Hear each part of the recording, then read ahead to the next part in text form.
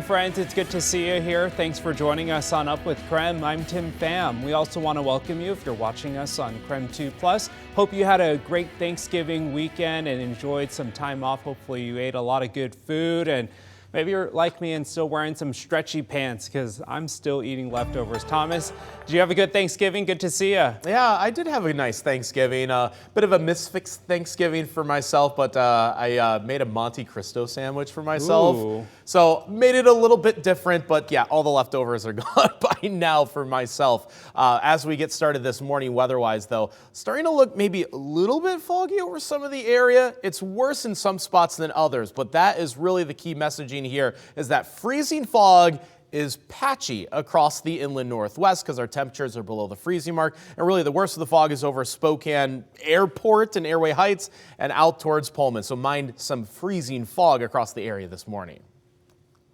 Take you live outside to I-90 in Hamilton, looking east there. Right now it looks like this area is doing okay in terms of fog, but if you go further west towards the West Plains, they are encountering some patchy fog on I-90. So no major incidents, but of course right now this is still pretty early in the morning and many people will be heading back to work and school today, so keep that in mind. On Up with KREM, we do bring you weather and traffic together every 30 minutes. This morning, we're learning more about a crash near Worley that killed a 31-year-old Western Washington man. Idaho State Police say it happened on Friday afternoon on State Highway 58. Police report the man was heading west when he drove across the center line and crashed head-on into another car going east. The victim was not wearing a seatbelt and died at the scene. Emergency crews took the 4 people in the other car to a hospital. All 4 reportedly wore seatbelts. Breaking overnight, President Joe Biden granted a full and unconditional pardon to his son, Hunter. In a statement released last night, Biden said in part, quote, "I believe in the justice system, but as I have wrestled with this, I also believe raw politics has infected this process and it led to a miscarriage of justice," end quote. The move comes in the final weeks of his presidency and after he repeatedly denied he would pardon his son. I am satisfied that I'm not going to do anything. I said I abide by the jury decision, and I will do that, and I will not pardon him. Hunter Biden was convicted of 3 felonies in June in connection with a gun purchase in Delaware. He also pleaded guilty to 9 counts of federal tax fraud in a separate case in California. Hunter Biden faced up to 42 years in prison for his convictions. He released his own statement saying he will never take the clemency he has been given for granted, and he will devote his life he rebuilt to helping those who are sick and suffering. So this is actually not the first time a president has pardoned a family member. President Bill Clinton pardoned his half-brother before leaving office, and President-elect Trump pardoned his son-in-law's father, Charles Kushner, during his first term. Trump announced this weekend, he intends to nominate Kushner to U.S. ambassador to France. Trump posted his reaction of the news of Hunter Biden's pardon last night on Truth Social, saying, in part, quote, "such an abuse and miscarriage of justice," end quote. Meanwhile, President-elect Trump has chosen his former deputy assistant, Kash Patel, to lead the FBI. The 44-year-old has called for a so-called purge of perceived Trump enemies from the FBI. Current FBI Director Christopher Wray, a Trump appointee himself, must now either be fired or resign from his 10-year post, which expires in 2027. The time now is 6:04. Let's take a look at today's top stories. 101 women gave a $10,000 grant to a Sandpoint Teen Center. Our news partners at the Bonner County Daily Bee report the 101 Women Grant will help the organization continue to offer after-school services, including snacks, hot meals prepared through its culinary development program, academic support, and teen-led projects and activities.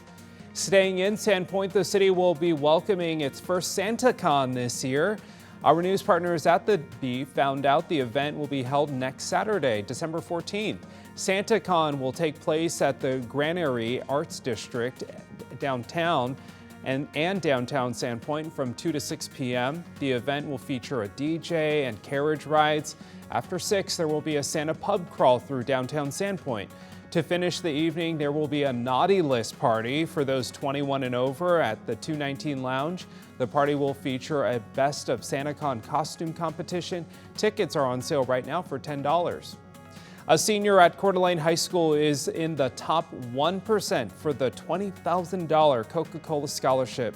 Kyle Rollinger will find out if in January if he moves on to the final round. He had to write more than 6 essays for the scholarship competition. The essays included his activities, which include cross-country, track, and karate. To add to his plate, Rollinger is also a class leader and maintains just a 4.37 GPA. He is eyeing several colleges, including Duke, Northwestern, and Stanford, with hopes of studying business or architecture. I mean, $20,000 is definitely a lot of money, so I feel like it would help me not maybe worry as much about paying off student debt. The next big reveal is in January. There are only 150 students who will receive the award. That's a look at this morning's top stories. Thanksgiving is now behind us and the time is ticking down to be able to eat those holiday leftovers. Storing them correctly, though, is one way to avoid foodborne illness. But once they are in the fridge, just how long are those leftovers expected to last? Well, the experts weighed in. The USDA recommends anywhere between 3 and 4 days based on how you handled all of the food when you prepared it. Were you washing your hands while you were preparing it? Wiping down surfaces, preventing cross-contamination. So do the math, okay? That means today, depending on when you had your Thanksgiving meal, if it was on Thursday, the last day to eat those leftovers without freezing them is today. If you are freezing them, though, you do get a little bit more leeway. The USDA says frozen leftovers remain at best quality for up to 6 months, actually. But they should always be reheated to 165 degrees and only reheated once to avoid foodborne illnesses. So yeah, Thomas, this one is key. And it makes me think of that episode of Friends when Ross is like freaking out over his sandwich. My sandwich! Sandwich! Yeah, exactly. But yeah, if when in doubt, just stick it in the freezer and it'll stay good for a lot longer than just in the fridge, obviously. Okay, weather conditions. I already ran out of time here, but it is a bit foggy here at our South Hill studios. It's foggy out at the airport, but it is not foggy over downtown Spokane or Spokane Valley. So we'll take a look at our KREM network coming up, but I'll also show you in the extended forecast how many days this week we will be dealing with the freezing fog, kind of like we are in some spots across the area this morning.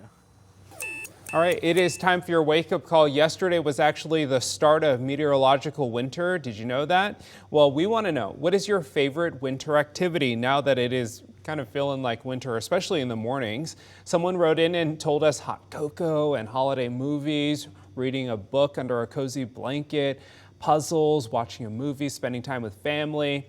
So many great things to do during the winter also. So let us know, what are your favorite things to do? Maybe it's like, just seeing some Christmas lights or holiday movies. You drive the conversation on this show, so text us at 509-448-2000 and join the conversation.